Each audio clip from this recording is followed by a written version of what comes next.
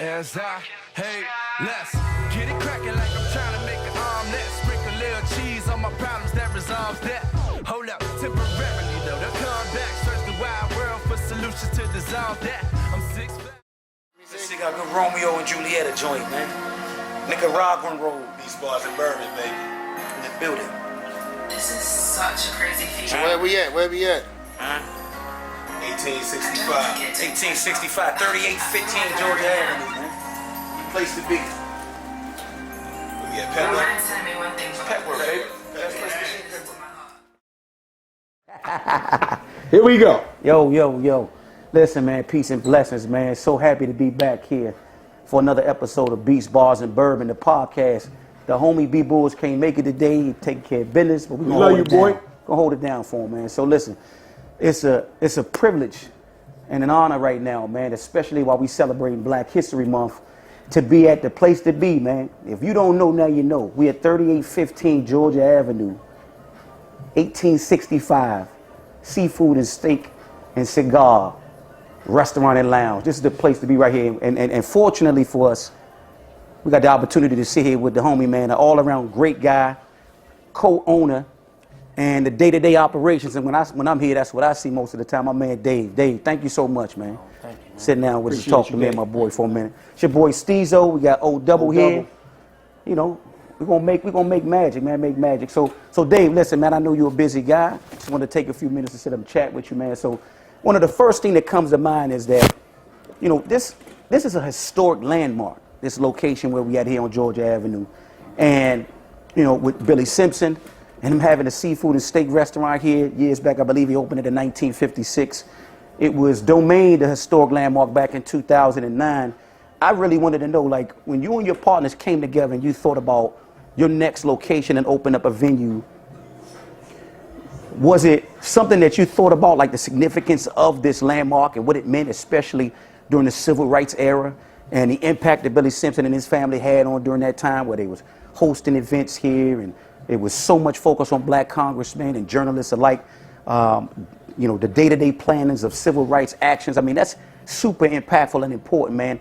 Was that a part of y'all thought process, or was it purely coincidence? My business partner actually found this location, and his family has a long lineage with Black-owned businesses, and he's a native Washingtonian. Okay. So his family had the longest Black-owned real estate company, and they actually were on Georgia Avenue. That's what's up. And so this building was actually a few blocks from where they had their real estate location. Okay. So he actually found this location. I didn't really know the significance of the location until we got into it and decided that we wanted the building. Right. But this location was all his idea. Okay. I sort of fought with him on it. Actually. Really? Yeah, because I really wanted. We had another location that we had in Georgetown. So, you know, we went back and forth on that, and then decided to go with this location. Okay. And after we, went full-fledged in, is when I realized the significance of it. Okay. But it was his idea to. Okay. Well, I mean, respect. And it seems like this concept, I get it being here as opposed to there. Right. You know what I mean? It fits. Like when I first came in, we come in a couple months ago, right? Yeah. Came up, and it just fit. Like it was like pieces of the puzzle connected. When I saw the neighborhood, I know the historic relevance that the neighborhood, the significance that it holds. And then when I came in and saw some of the murals downstairs, right, I was like, whoa, that's dope. Like a place where you can party and get your consciousness on at the same time. Oh, absolutely. We put it together based on that. We originally had another name picked for it. And then he and I, we were out chilling one night and drinking and sipping, and that's where all the great ideas. Yeah, and then we came up and decided to go with 1865. Yeah, dope. We felt like that there was, it meant a lot, and right, that's when we decided that we were going to be a steakhouse as well. Okay. At the same time. And so originally, not to cut you off. So originally, you weren't planning steakhouse. No, originally we weren't. Oh, okay. Originally we weren't, but you talk more and ideas evolve. That's right. And that's what, you know. Right, this is materialize, what, yeah. This is what materialized. At the same time, the stuff that happened with George Floyd. So it's a lot of the different things, the significance. But we've always been conscious with everything that we do. My other restaurants sort of have the same feel where we pay, homage to who came before us to pave the way. Yeah. But the name that we named this was significant. On so many levels. Yeah, on many on levels. a lot of different things. We wanted to shine a light on Juneteenth because we just didn't feel like that got enough Recognition. Yeah. But listen, you saying that is a great segue to like what I was thinking. Like, you and I, we talk regularly when I'm here, man, and I always feel that energy like he's a conscious brother. Obviously, this is the most arguably impactful year for African Americans, right? Like you said, Juneteenth, the true emancipation of slavery. So, saying that says everything. Says everything about it, man. But, you talked about the murals. Say, you mentioned it down there. Crazy murals out on the back wall, paintings of a lot of those before us, which brings me to my point, the significance of Black History Month, right? We're in the month of February. It is the opportunity to celebrate those that came before us. So this is why this was such a big deal for us too, brother. Such a big deal for us too, man. So just want to say I appreciate that, man, and being able to do something like this. As Black men getting together and doing something like this is important to us. And for anybody out there that's watching that's, of any color of black or brown or even any color outside of the minorities, this is huge to be able to do something like this in a month like February. You know what I mean? And then you guys literally stepped into the shoes of the ancestors by choosing this location. Right. And, when we talk about Black History Month, we talk about our ancestors and being able to carry the torch beyond where they took it. So tell us a little bit about that part of the journey. Like, where do you see you guys in terms of the historical significance you hold right now in the time that we living in now? I think that, what we aim to do is we set out and we realized that there were no Black-owned steakhouses. In DC, and I looked around the United States and we didn't really see any. We felt like that there was a need for us to do it the way that we wanted to do it, how we do it. We felt like that, for lack of a better word, white America dictated that how and what steak was and what upscale meant, and we felt like that it didn't offer anything really true to us. Right. And so you never walk in there and see yourselves or image of ourselves on any walls or anything. Mm-hmm. So what we tried to do was just put the things that we like as educated Black men walking, but that it could reach anybody walking in and see themselves on a wall, reflection of the past and now. You can see yourself and be comfortable and say, okay, I'm home. Yeah, I'm home. Yeah, absolutely. Absolutely. And food that sort of catered to us. Yeah. We wanted, most African American food, Southern cuisine, comfort food. It has made with a lot of soul and a lot of thought. Yeah. So, that's what we wanted to convey. To convey to the public, yeah, and it's hitting right on the head. You know what I mean? I love that. I can't. I know I love the food. Yeah. Right. Anybody that's been here, you know what I'm saying? And you know what? It's crazy you say that because that's how we see ourselves as the Bourbon Boyz, right? Right. I was just telling my homeboy the other day that what we're doing is you got hip hop here, you got bourbon here, and we kind of bringing them together. Because usually when you think bourbon, it's just like you said, you think upscale culture. As opposed to some of the other spirits. You think bourbon, you think upscale. So, okay, Black, we do upscale too. Right. So, the same thing you're saying with the restaurant. Yeah, no question. And then, as far as with Billy Simpson, after reading the placard and stuff and realizing and then meeting some of his family and realizing, what he meant and doing a lot of the homework on that situation, we felt like that we wanted to, carry on in the same building. Yeah. That's that he was in. Yeah. So you know, it's one thing I will say is, and I know you guys, I mean, you're still relatively new business. I mean, this is a pandemic baby, quite honestly. You know what I mean? So that being said, I mean, I remember when it was opening up, I couldn't wait. You know, I live 5 minutes from here, so I'm like, finally, something like this upscale. That's an upscale steak, seafood, cigar lounge, whiskey. I couldn't wait to just see it. And when I walked in here, I'm like, damn, man, it's more than I even imagined. So I don't know who, from a concept standpoint, what you guys came together on idea-wise to how you wanted it to look, but y'all nailed it. Yeah. So what I wanted to get at is, as a patron of 1865, how has business been? I mean, because on the outside looking in, I mean, the progress that I'm seeing, man, it's just beautiful to see. Yeah, business has been good.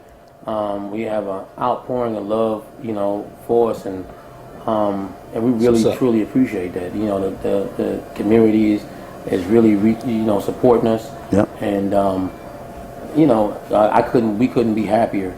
About that. That's good to hear. I do want to plug one thing. My business partner is responsible for what you see. He built it with his hands. Get out of here. Okay. So not only is he a visionary, he's also a handyman. Well, he's not handy. He more than handy. He more than handy. We call him Bob the Builder. Bob the Builder. Yeah, Bob the Builder. That's what's up, man. Well, check it out, right? All right, I'm from B-More, right?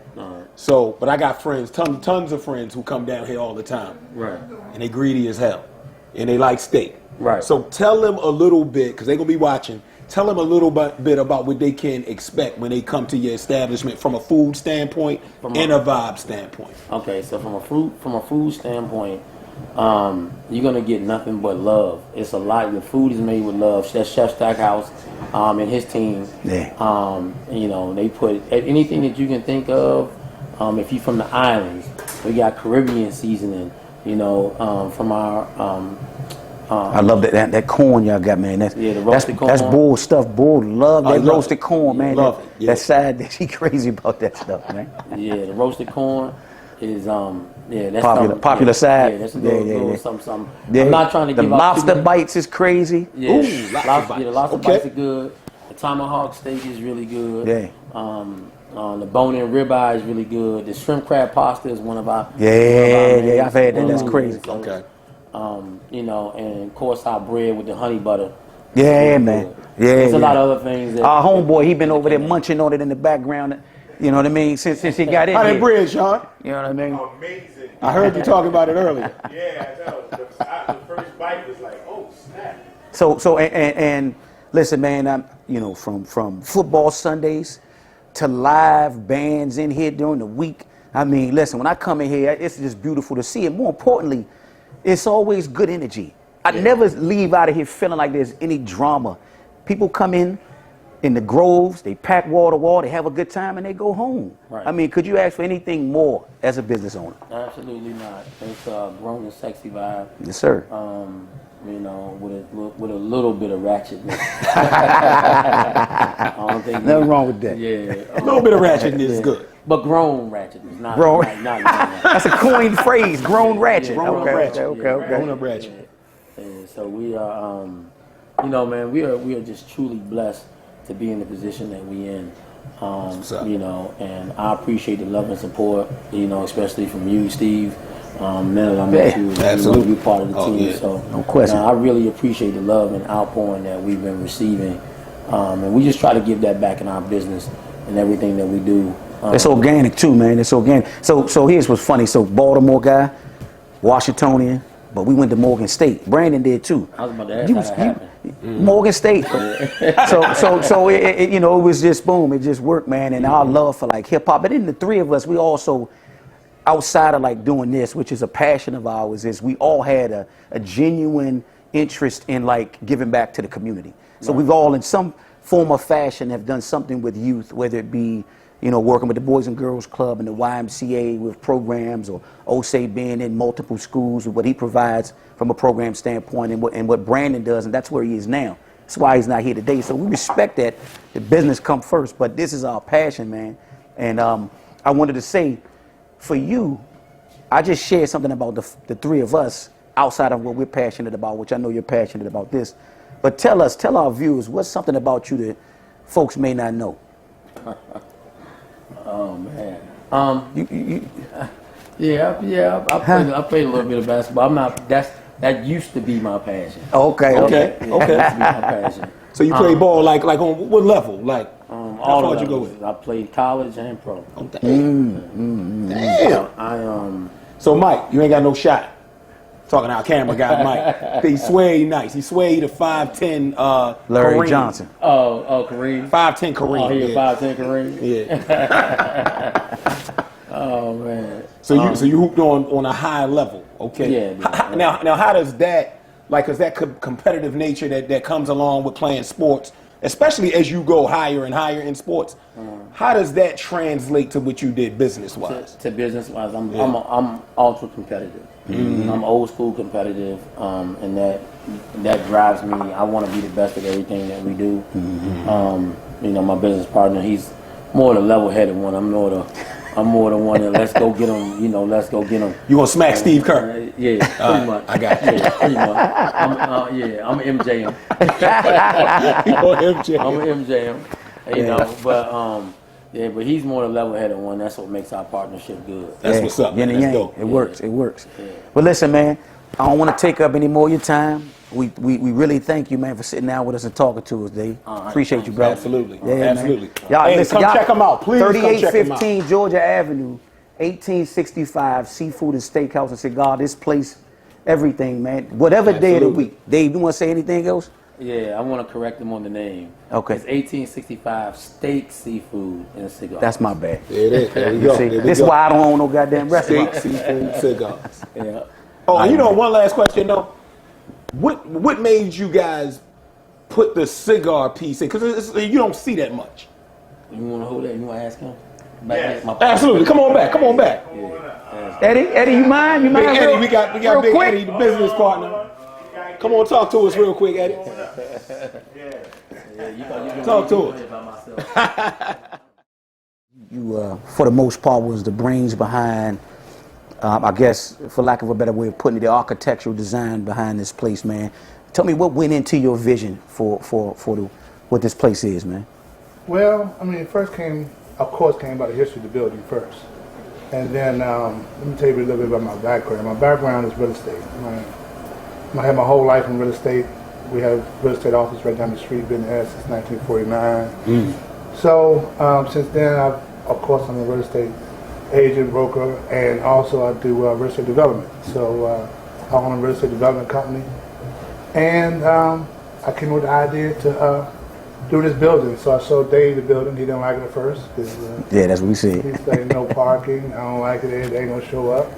He wanted this Georgetown spot, and I convinced him out of that. And now we're here. Here we are. Right. Here we are. So then I came on design, and I smoked little cigars here and there, and this was the room that ideal for a little cigar lounge. Yeah. So I soundproofed the whole room. Yeah. And you notice you can't hear anything. One of the first things I noticed when I came in Everything here. is soundproofed in here, even the windows in the front. Everything is soundproof. So you won't smell no cigars anywhere in the whole building. And you know what? That's funny because I was just thinking that too. Because a lot of times I talk to women about coming to, because we were thinking about having a couple of events with cigar, whatever.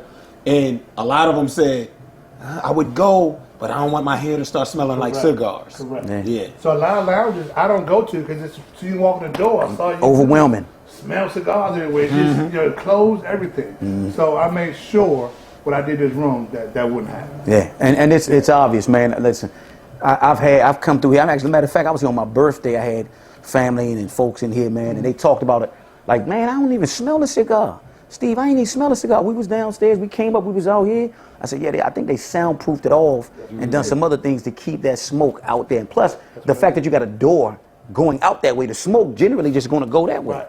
Yeah. It goes out that door and it sets out through the roof, up in the sky. Yep, because it's a what do they call that? I don't know what it is over the roof. It's not like enclosed. It's Correct. Yeah. It's a plexiglass roof, but the whole front of that roof is open. So all that smoke goes from there out the front and goes right outside. Yeah, that was really smart. that was really smart, man. I think I thought about almost everything. A couple of little things I want to take care of, but it turned out pretty nice. And I'm so glad we're having a tremendous outcome of especially for the cigar lounge. Every night it's like crazy crowd. Yeah. Yeah. So That's for- amazing, man. For us to be able to sit here and talk right now tonight with nobody in here is amazing. It worked out, Yeah. man. That's the way lightning in the bottle Right, works. exactly. That's the way lightning in the bottle In works. other words, y'all got us for a little while, Right. but it's about to get back Man, there. it's just added on the whole in here. Yeah, we got a party, Greg. Come up here. Man. But you know what, man? On a serious note, though, like, it's crazy because when you start a business, you never really know. You know what I mean? You never really know. It's your idea. You can think it's going to jump off. So when it actually does jump like you planned it, it's a beautiful thing. Yeah. And what helped a lot is when you put your love into it. Oh yeah. I didn't think about how I was gonna jump off. Yeah. I just put my love into it. That blood and sweat equity, That's man. it. That's That's it. it. And faith. That's it. That's it. Yeah. At the end of the day, it's about the every love. night till midnight, 1 o'clock in the morning. Yeah. I know because I'm Building here. bars and this. And you love all that. Right. That's what I do. And that's all that matters at the end of the day. That's what I do. Yeah. So listen, we know this get ready to jump off in here, guys. We were fortunate to be able to get this time. Dave, Eddie, thank you, brothers, man. Thank you. Yes, Thank sir. y'all, man. Yeah, man. All the best, man. Thank you so much. Hey, let's take a couple pics real quick. Yeah, if y'all don't mind. Okay. Couple pictures.